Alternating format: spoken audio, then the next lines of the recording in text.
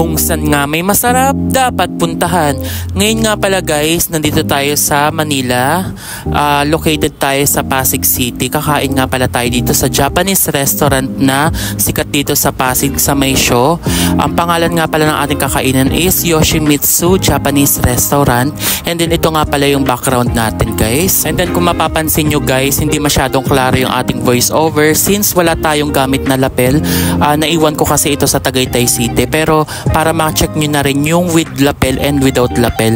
Ito yung difference guys kapag wala kayong lapel. Kaya mas maganda guys, bumili na kayong lapel. I suggest ang bilhin yung lapel is yung TNW na lapel guys. Sobrang ganda. Halos lahat ng vlogging kit ko is puro TNW na rin guys. Enjoy watching guys. I-upload ko nga pala yung full video na to sa aking YouTube channel. Wala lang akong magawa ngayon guys. Kaya gusto ko lang mag voice over kahit wala tayong dalang lapel. And dito nga pala sa Yoshimitsu branch sa may Pasig. After mo pala ditong kumain ito, meron sila ditong pa free ice cream guys. Ewan ko na lang kung meron nito sa ibang branch. Pero dito kasi guys is may free ice cream guys. Tapos nag-ask na rin ako dito kung yung sangyupsal na rin ang tawag dito since Japanese restaurant na rin ito eh. Pero sabi nila is hindi ata to sangyup since Japanese restaurant na nga siya guys. Pero same na same lang din naman ang mga siniserve. What do you think guys? Comment down below nga kayo guys kung sangyup ba ang tawag rin dito. And then lagi ko nga pala ditong in-order is mga tin meat lang. Ayoko na makakapal na mga meat. And then kung nagtatanong kayo kung magkano ang presyo dito guys is around 700 plus per head siya guys. And then nagsiserve nga pala din sila dito ng Java rice. And then may mga shrimp sila dito guys.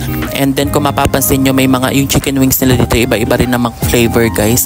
Yun yung pinagkaiba sa sangyup ata since hindi man sila nagsiserve doon ng mga wings, mga chicken wings guys. Dito kasi may mga chicken wings ako napansin.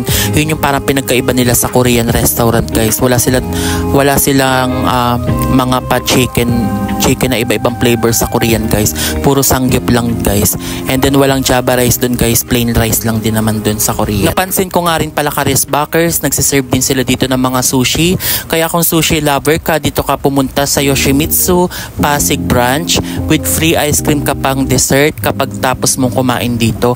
Ayan guys, nagluluto-luto nga pala ako dito guys. And then yung cheese ayan, nagmelt na dito sa Gedli. And then guys, tas meron silang Java rice and then iba't ibang flavor na chicken wings. In terms naman sa mga staff dito sa Yoshimitsu, in fairness sobrang babait naman ang staff dito guys. Kapag nawalan na kayo ng mga meat nyo na pang ihaw, pwede kayo mag-request and then as well as yung manager nila dito sobrang maasikaso guys. Kaya guys, watch on my full video on my YouTube channel, Yoshu1 Vlogs. I-upload ko yung full video na to ha sa aking YouTube channel. Bye! Happy tummy, Karis Baker!